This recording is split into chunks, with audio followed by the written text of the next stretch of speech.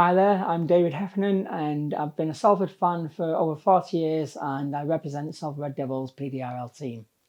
David, thank you for speaking to us today. Firstly, why Salford? It's just an amazing community club. The community feel, as I say, I used to go to Salford with my granddad. He lived on Bath Road, which is right next to the Willows.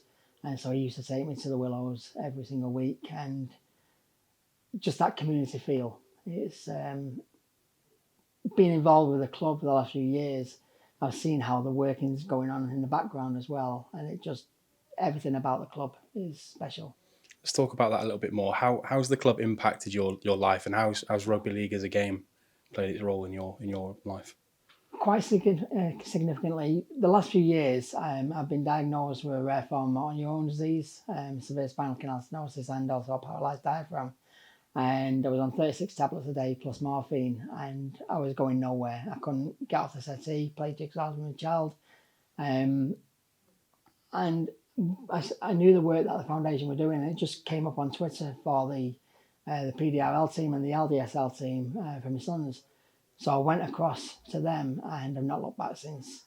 What that's given me, I've been able to travel all over the UK, come to some incredible stadiums, playing some incredible stadiums like St James's Park, and Magic Weekend, Wigan, and it's become a family. It's become a family. We've made friends for life. It's given me that motivation, that inspiration to actually just get up and live my life as best I can. You know, the love I've got for this club and for what it's done for me and my family is immense. So some fantastic experiences. You now represent the club, as you mentioned, in terms of the PD team. Yeah. How does that make you feel pulling on that shirt and having that crest on your chest? It's incredible. It's incredible. It's one club, one team for me. Just having the opportunity. When I went to school, it was the school I went to was a feeder club for Salford. So I went to school with Chris Morley, Adrian Morley, Nathan McAvoy was in the college. And so seeing them pull a shirt on and the pride that they had pulling the shirt on. And I thought, I'm too small, I'm never going to be able to play rugby. So to be able to do that with the physical disabilities rugby team is incredible. There's not a day that goes by. I was captain at Magic Weekend as well, which was mind-blowing. Yeah, to walk out at St James's Park against Wigan, it was emotional. And having both my sons, Jack and Ben, with me in the team as well, it's a real family occasion. It's very special. So tomorrow we've got a huge game at the Salford Stadium, playoff chasing teams, season defining, a must win game in its own right. Not only is there important work to be done on the pitch, but there's also a hell of a lot of important stuff happening around the game itself, with the club working with the Greater Manchester Mayor's charity in their efforts to end homelessness in Greater Manchester. And that's a cause that's quite close to you as well, isn't it? It is. I've had experience of homelessness as a teenager, and also later on in about 2001 when I lived in Essex. And it does change your life. It does have a significant impact on your life. As such a young person, living rough, I lived in a cemetery for a couple of months. I lived above a drug dealer's squat in Salford. I've had several beatings. The more eyes we get on this charity and this issue, the better. It's still a major problem in Manchester and Salford, homelessness.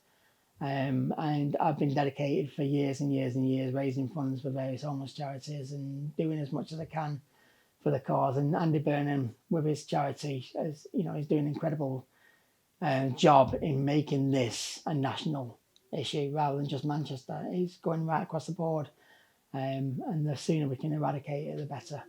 So you said there that you experienced it at quite a young age. What was that like for you? It's a pivotal time in anyone's life, but to come to experience that at that time. I was quite stubborn and quite independent as a teenager, and I knew what I wanted to achieve. I wanted to achieve a childcare club in Salford, and I wanted to volunteer. I didn't want to work, I wanted to volunteer. And that's growing up in Odsall and the surrounding area, seeing all the people who have been tossed aside from the Salford docks and lost all the jobs with the unskilled workers. I wanted to help build a community around Salford and Odsall. So when I found myself homeless, all I wanted to do was get this childcare club up and running, and nothing else mattered. And so it's strange how very quickly you can descend into chaos. They say that they're only 1 or 2 bills away from not being paid to being on the street, and I can relate to that. But my sole focus was getting as much money as possible for the childcare club. It was scary. I say I had several beatings. I ended up in hospital with malnutrition and swallowing my tongue. It wasn't nice. But at the time, in my view, there wasn't the charities available that they have now. There wasn't the support available that they have now. So I did genuinely feel that I was alone in my quest to just move forward with it. And it's very quick. I ended up on the street. I made sure I stayed in Salford. I never went into Manchester. I always stayed in Salford where I knew where there was going to be relatively safe places to stay. But it's a major impact. You mentioned, I was going to ask you a little bit about what your days looked like when you were long days, I imagine. You weren't able to benefit from services like what's available now with the Greater Manchester Mayor's Charity, Boaz Trust, etc. Around the time we're talking 1990, 1991, the internet had just started taking off. Nobody really had mobile phones. So there wasn't the accessibility that there is now to be able to tap in, going to your library and tap into the full resource that we've got in the library, for example. Or we had the council offices on Odsal Lane, where I used to go in quite a fair bit, and I'd spend an hour or two there just to get warm. But there was one guy there who was a YTS trainer who wanted people into the old YTS schemes, and he asked me if I was interested. And I said, no, this is what I want to do. I want to volunteer. I want to do this. And he took me to the side and he bought me suits and got me a haircut. And he helped me with a business plan, helped me with some sort of employability skills as well. And I'm always forever grateful to that guy because he didn't have to go above and beyond. But one thing that really sticks out from that time is we can focus on all the negative and all the bad people, the beatings and stuff like that. But there are so many good people out there. If you just reach out and actually ask for the help, there are so many good people. And with the likes of the Great Manchester Mayor's Charity and Boaz and all, the Muscle Tree Foundation and so many different ones in this area, there's not real excuses now to be on the street. It's negligible. It's negligent to have people on the street now, when there's so much support available and so much resources. So we know from recent data that in March alone, over 5,000 households presented as homeless. In March alone, that's an incredible number that serves as a very stark reminder of the issue being faced in Greater Manchester. And there's a lot of people that are going through similar sort of situation to what you found yourself in. Would you say that encounter with the gentleman from the YTS team served as a particular turning point that you saw your life take maybe an upwards trajectory thereon? That was definitely a sliding doors moment.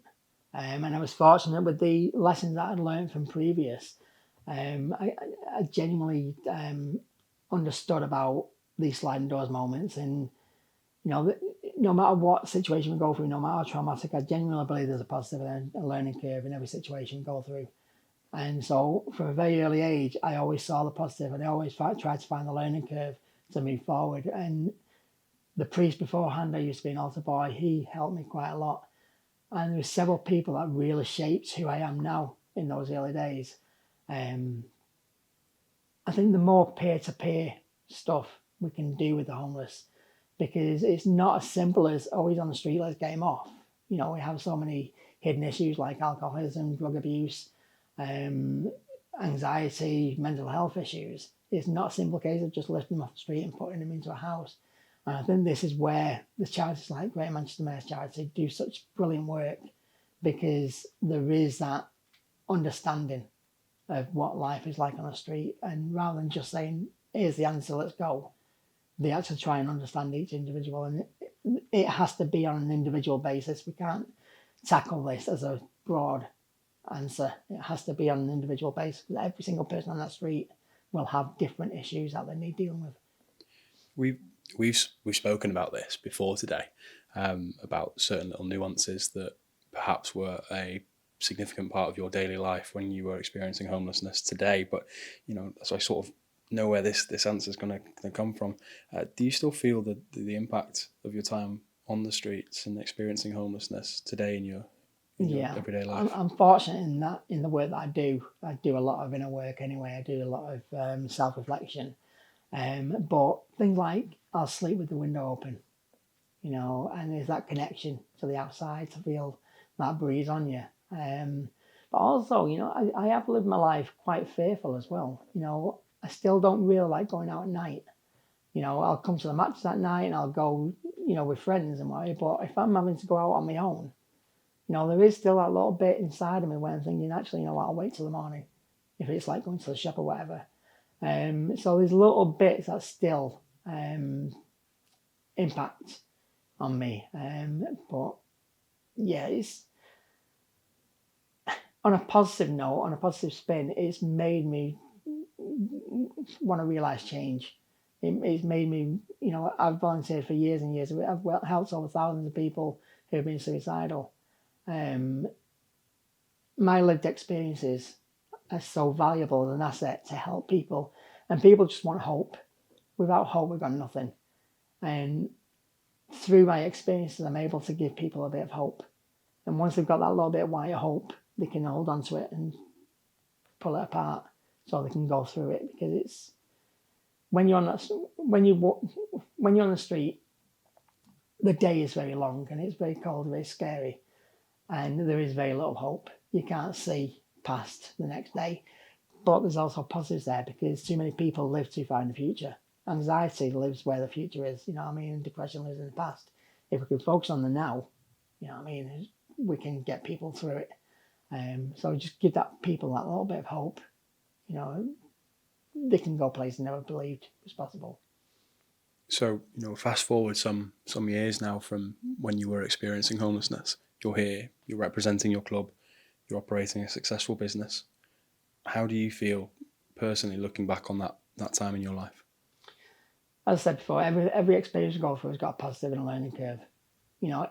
I feel I had to go through that experience for me to be authentically real in how I deal with my clients.